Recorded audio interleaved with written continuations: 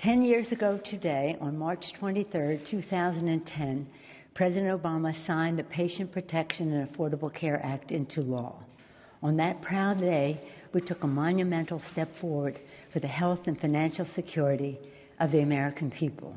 We expanded new health coverage to 20 million people and delivered better coverage to more than 150 million Americans with health insurance through their employer. We passed the Affordable Care Act because we believe that in the United States of America, health care must be a right, not a privilege. The late Senator Ted Kennedy made that belief the fight of his life. Thanks to the leadership of President Barack Obama, who was dedicated, knowledgeable, strategic, and determined to succeed, thanks to the clear vision of our committee chairs crafting the legislation and the deep courage of members of Congress, thanks to outside mobilization of patient advocacy groups, Nuns on the Bus, March of Dimes, Protect Our Care, Little Lobbyists, and others, the Affordable Care Act stands today among the great pillars of American health and financial security: Medicare, Medicaid, Social Security, and the Affordable Care Act. Now we find ourselves in the depths of one of the most serious health and economic emergencies our nation has ever faced. The protections of the Affordable Care Act are more important now than ever. But right now, in the middle of the coronavirus, the Trump administration is in court suing to tear down the entire Affordable Care Act, every last protection and benefit.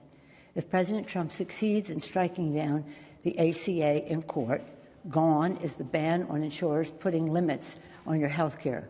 Gone are guaranteed essential health benefits and free preventive services. Gone are young people staying on their parents' insurance until age 26. Gone is the health insurance of 20 million Americans. And gone are the life-saving protections for more than 130 million Americans with pre-existing conditions. Today, therefore, I'm calling on President Trump to abandon his lawsuit seeking to strike down the Affordable Care Act. Instead, the President should urge the 14 states who have refused to expand Medicaid to do so. Last Thursday, Pope Francis offered the world this prayer: enlighten those responsible for the common good so that they might know how to care for those entrusted to their responsibility. Today, House Democrats are unveiling the Take Responsibility for Workers and Families Act, a bill that takes responsibility for the health, wages, and well-being of America's workers.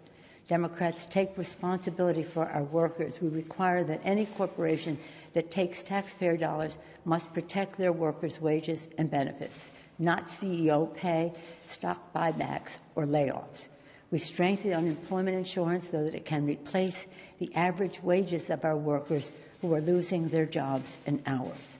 For our small businesses, we provide fast relief with grants and loans to tide them through this crisis.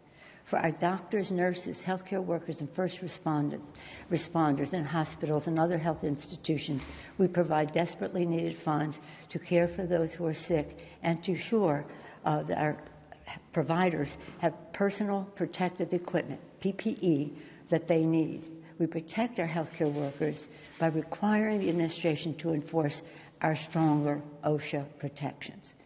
For our families, we give direct payments to America's families in a robust way and strengthen the child tax credits and the earned income tax credit.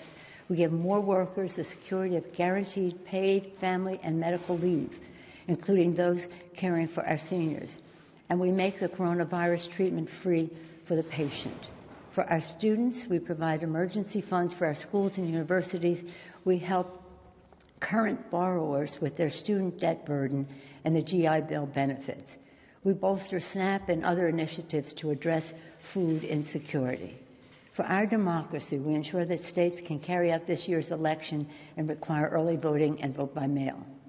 I'm grateful to our committee chairs and members for their extraordinary leadership and work for America's workers and families. The Senate Republican bill put corporations first, but because of the insistence of Leader Chuck Schumer and Senate Democrats, progress has been made. We urge the Senate to move closer to the values in the Take Responsibility for Workers and Families Act. We must be bold and forward-looking in our thinking. We must be swift and evidence-based in our actions, and we must be prayerful. God bless the families of those who have lost loved ones and those fighting this terrible illness now. God bless our nurses, doctors, first responders, and men and women in uniform. God bless the men and women in our factories making medical supplies, cars, all of it, and those keeping our grocery shelves stocked with food. God bless the scientists racing to find a cure. God bless all of you, and may God always bless America. Thank you.